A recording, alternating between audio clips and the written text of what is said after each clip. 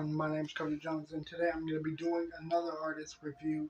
And honestly, man, it's been some time since I've done one of these in a while, but that's because I've been very busy with a whole bunch of other fucking recordings and shit. But honestly, man, I'm really excited. I'm really excited to talk about this because this is a video that has been planned since probably around February or March or February and March. It was early time around. Um, it was this whole video has been planned for a long time, but I keep putting it off because there was so many songs that I had to fucking listen to, so many albums that I really had to fucking get into, and not only that, there was a whole bunch of other new shit that's been coming out by several other fucking artists. And then I was so busy with the podcast and a shit ton of other like videos that I've been recording as of lately, and some let's plays that I've been doing as of lately as well. So it's like I've been tired as a motherfucker and really been putting it off because of how much recording that I had to do and how many songs and albums and shit I had to fucking muster through. So it's like it was a lot to fucking get through, man. But it's here. It's finally here. Oh my fucking goodness, it's here. And honestly, man, I'm really excited to talk about this dude because I've been a fan of this guy since 2017, man. And honestly, from knowing him like as an artist to knowing him as the person, this guy, I consider him to be a friend, you know, because the dude, he is a really fucking cool ass guy, man. Really cool, really chill, down to earth, cool ass vibe and shit, man. Like this guy, he is without a doubt a really good dude and a really talented ass artist, man. Like I really fuck with this guy. But before we get into that, I want you guys to like, comment, subscribe, hit the bell notification so you can be notified of new videos. Also, go ahead and be sure to like this video. You know, let's get up to like, let's try to get up to 10 likes, you know, at best. I mean, let's see if we can get some likes in these videos, man, because I noticed that there's a whole lot of views, but not a whole lot of comments or likes, you know what I mean? What the fuck is up with that, you know? Comment down below and I'll respond to y'all, you know? And also be sure to like the video so I know that you guys are really digging these artist reviews, man. But other than that, let's get it cracking. Now, the artist I'm going to be talking about is Ethan Cardiff, aka the Jokerr.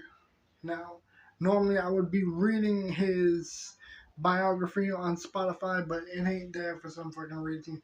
So I'm going to be reading his biography on last.fm.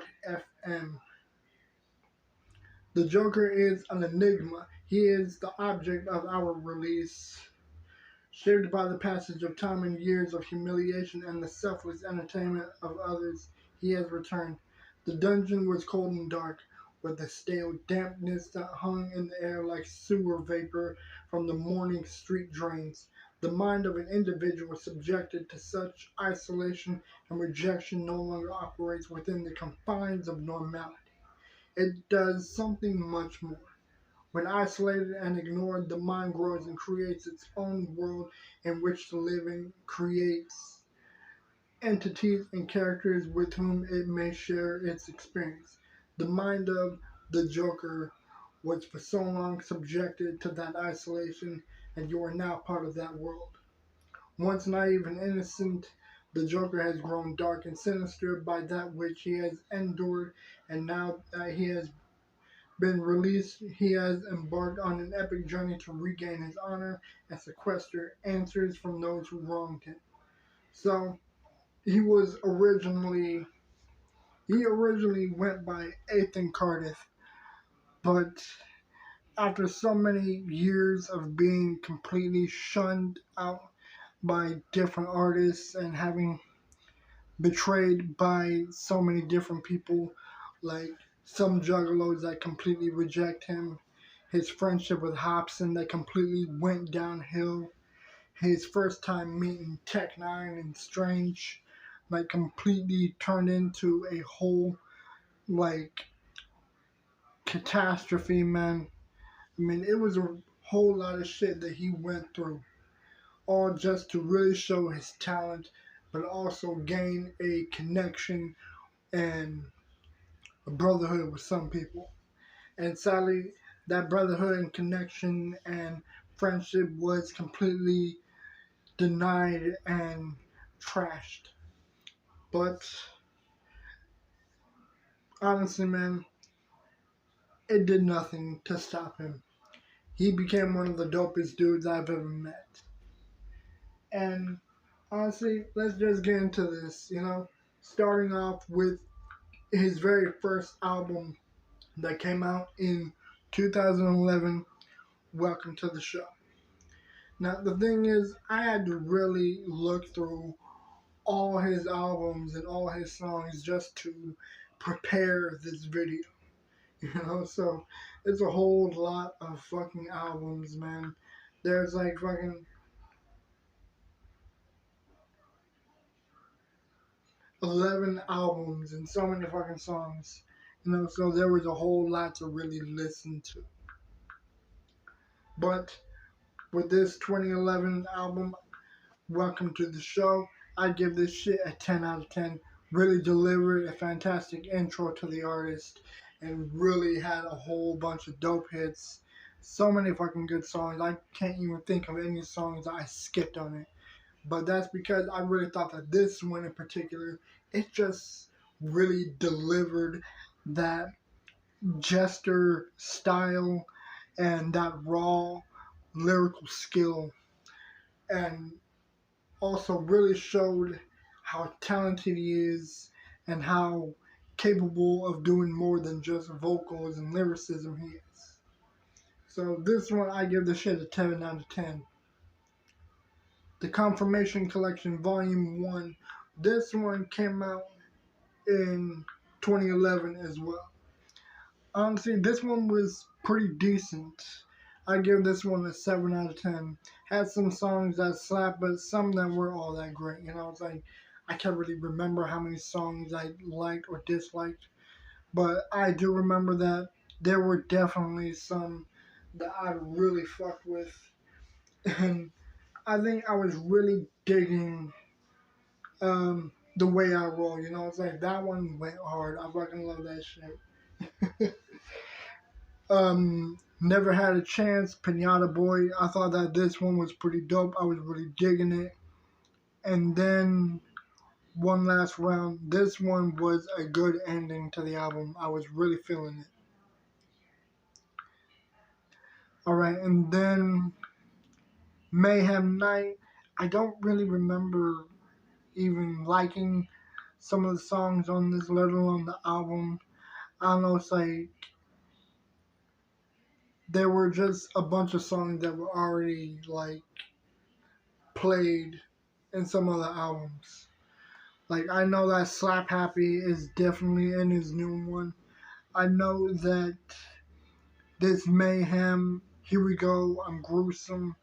I know a lot of those songs are already on a lot of other albums. So we're just gonna skip that one. And then Sing Eighth and Sing back in 2012. This one I was really feeling. It really had a lovely sound and all that. I was really feeling it. There was a lot of really enjoyable, like harmonized music in it. It's like it really gave a whole different sound to to the Joker. It's like that he's more than just a rapper. Like he's a singer as well. So I think I remember giving this one, like from what I remember, that this one was a 12-song album, and I remember hearing, um, I can't remember how many I liked. Give me a second. This is completely unprofessional on my behalf. But it's like with Sing Eighth and Sing, man, it really had a really unique sound to it, you know.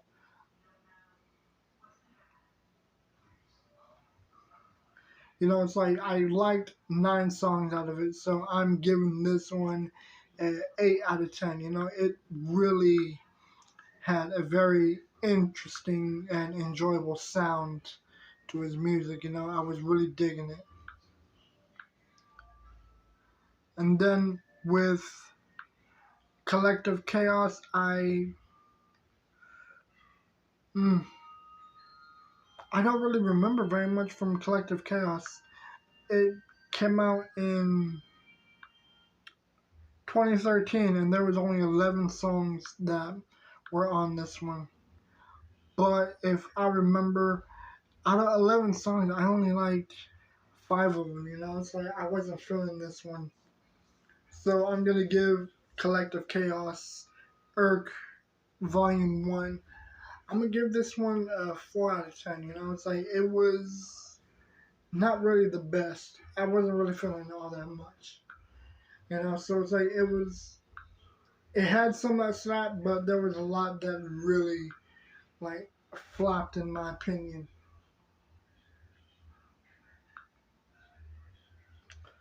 Um, and then Trail of Destruction, a chronicle of epic disses. A chronicle of epic disses that came out in 2013.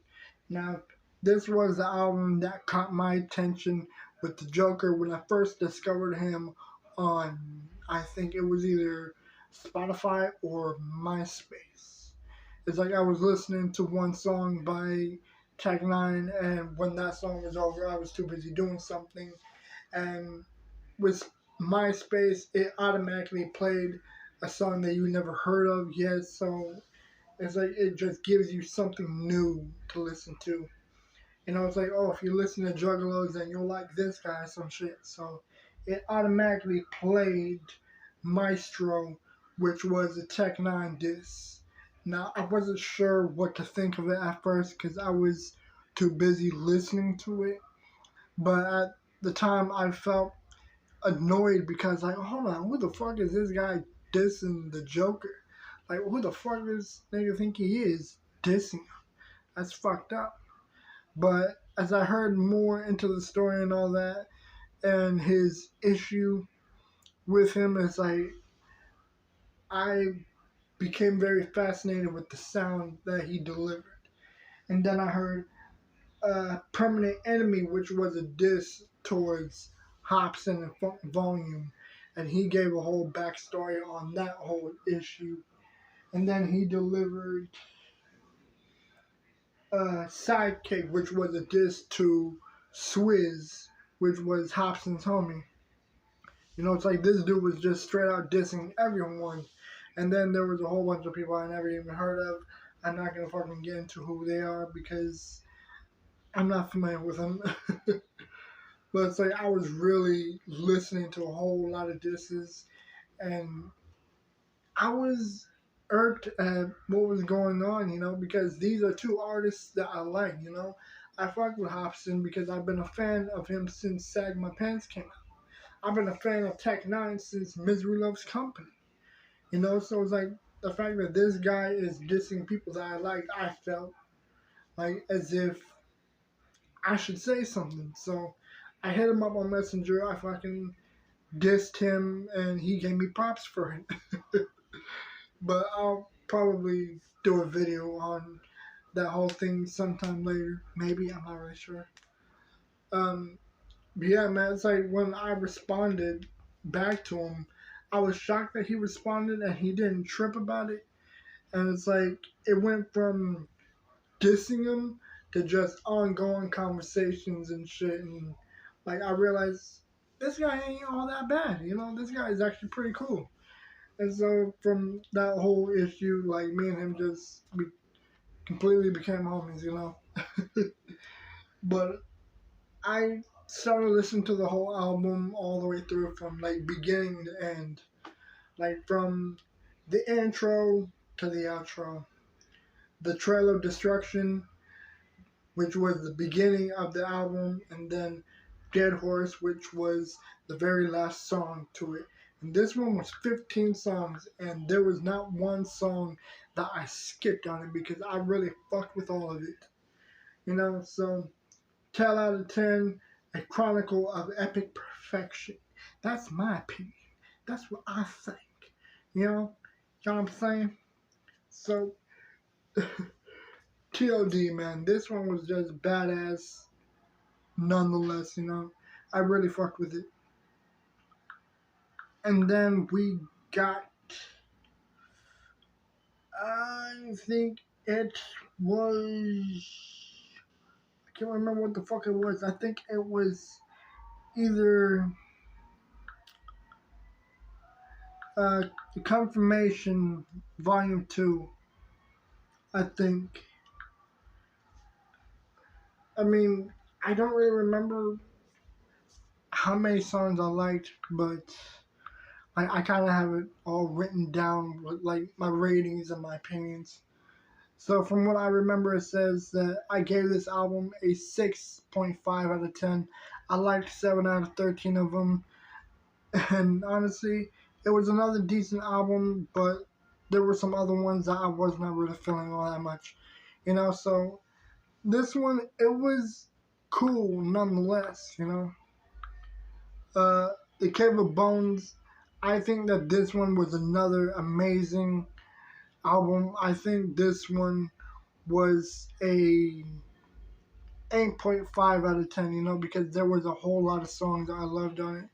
I loved um, Make Way, Turn Against Me. That one really slaps. Uh, and This Mayhem, this one came out in 2020. When This Mayhem came out, I was really loving the redone version of it, because at the end of that, he delivered like a rap verse onto it, which made it a whole lot more better. I was really fucking with it. Articles of Transcendence. This one was pretty decent. I was really fucking with Dark Energy with Reckless, Anxiety, and Zerk. It was cool and all. But if I remember, I think I gave this one a a 5 out of 10 because it was decent, but it wasn't really the best yet. Now, for the last one I'm going to be discussing is The Joker's Legacy, All the Orphans. This one, I don't really remember a whole lot, but I do remember hearing about it on YouTube and him posting videos about it on in 2019. I wasn't really sure whether or not I heard it. Like, come to think of it, I don't even think I did. I probably thought I did. But it's like there was like so many other songs that I was checking out. I thought I fucking heard it. So I'm probably not even gonna fucking give my review on it. But I'll let you guys discuss what you think of it. But another thing I want to talk about is so many of his fucking dope singles that he's dropped, because this dude, he drops a whole lot of singles as well. And some of them are not really on very many albums. It's like with his 2022 single Snakes, I was really digging it. I think I even did a video for it. Ninja, this one was on the Coming Home album, which I'll put right here because I did do a review for both for the whole album. It was like a two-parter thing because I didn't know how to edit videos. So I'll put that here and right here.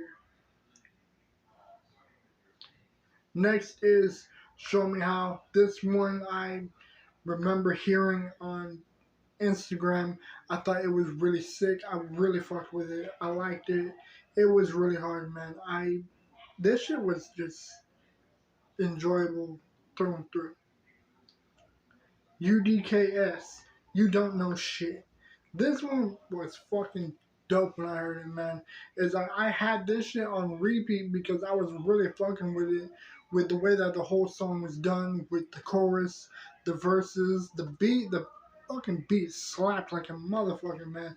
It was dope. Whipping, this one was pretty cool. I don't remember hearing it, to be honest. It was cool nonetheless, though. My collab, this one was sick. Thunderjack, a true American hero. This one was funny because the way that he was fucking dissing this dude, Thunderjack, man, like, I don't really know the backstory about this, but it's like, it was hilarious to listen to regardless. PTB, Pussy the Bitch. Pussy the Bitch. This one was fucking epic. I love this shit. I love the cover as well. It really has a fucking, like, demented, sinister clown look to it, you know? But it was fucking badass when I heard it, man. Like, I had this shit on repeat so many fucking times because I loved everything that was done with this song. I mean, it sucks that it's not on the Coming Home album or a bunch of other.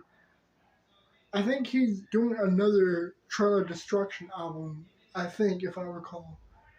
But it's like, it sucked that this one wasn't on Coming Home because I really enjoyed hearing it when it came out. Known Killer, this one was pretty cool, you know, like it really had that mellow diss sound to it, you know. It's like he was dissing you, but not an aggressive tone. Like it was just like a mellow tone dissing you, you know. It's like I'm calm, but I'm gonna be dissing the fuck out of you in a very calm way, and that you should have known better not to fuck with me, you know. So and it's like it was really cool when this shit came out. Halloween Night. This one came out in 2019. I remember hearing the end of this, and it fucking made me laugh when I heard this shit. Lose It. This one I don't recall all that much, you know. I probably did hear it because it did have Xena Rose, and I do like Xena Rosewood, you know. It's like she's a really amazing vocalist in this one. I don't know how to fucking read this shit. JLSANR. I don't know what the fuck this one is. I don't really know this one all that much. I don't even think I've heard this shit. I might fucking have this one in my queue later on. Sing My Song. This one was pretty cool. I liked it. Notorious Conor McGregor because the dude's a fucking big, like, Conor McGregor fan. More Than Worth the Song. This song was fucking beautiful. I love hearing it because, like, it really gives off that sentimental like side of him, you know, that he's not just this raw artist, but he can actually put his emotions and his heart into something if he really wants to, you know. And honestly, man, when I heard this song, it was a beautiful piece. I still love it to this day. I mean, I do understand why uh, the song was removed off of YouTube and shit, and why he doesn't talk about this song or anything about it because, well, I'm not going to disclose any personal information because it's personal, you know?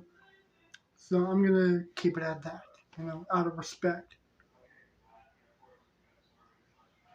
Um, there was another one, Because I Can. This one was fucking hilarious and enjoyable all the way through.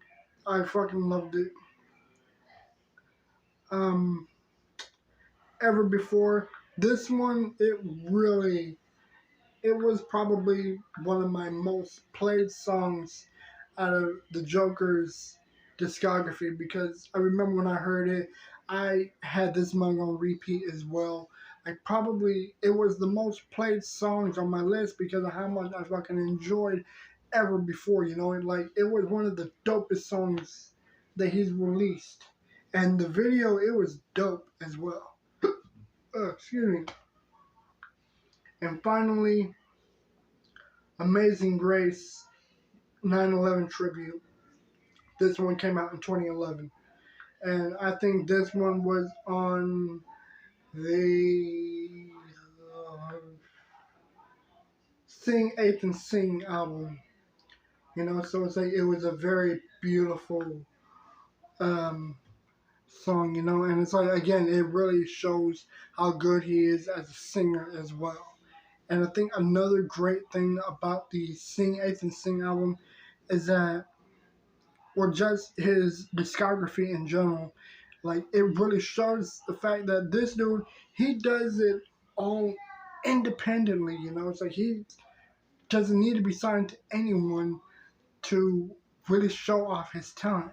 I mean, he'll fucking play any instrument, any drum, guitar, fucking. This dude is a wizard with fucking like music and instruments and shit, man. Like the dude can get down in music, you know. So honestly, man, Ethan Cardiff, the Joker, this dude is one of the dopest guys that I've heard in a very long time. You know, it's like he is a fucking diamond in the rough kind of artist, you know. But let me know what you guys think in the comments down below. Let me know if you heard his music, and I'll see you guys in the next video. I'm out. Peace.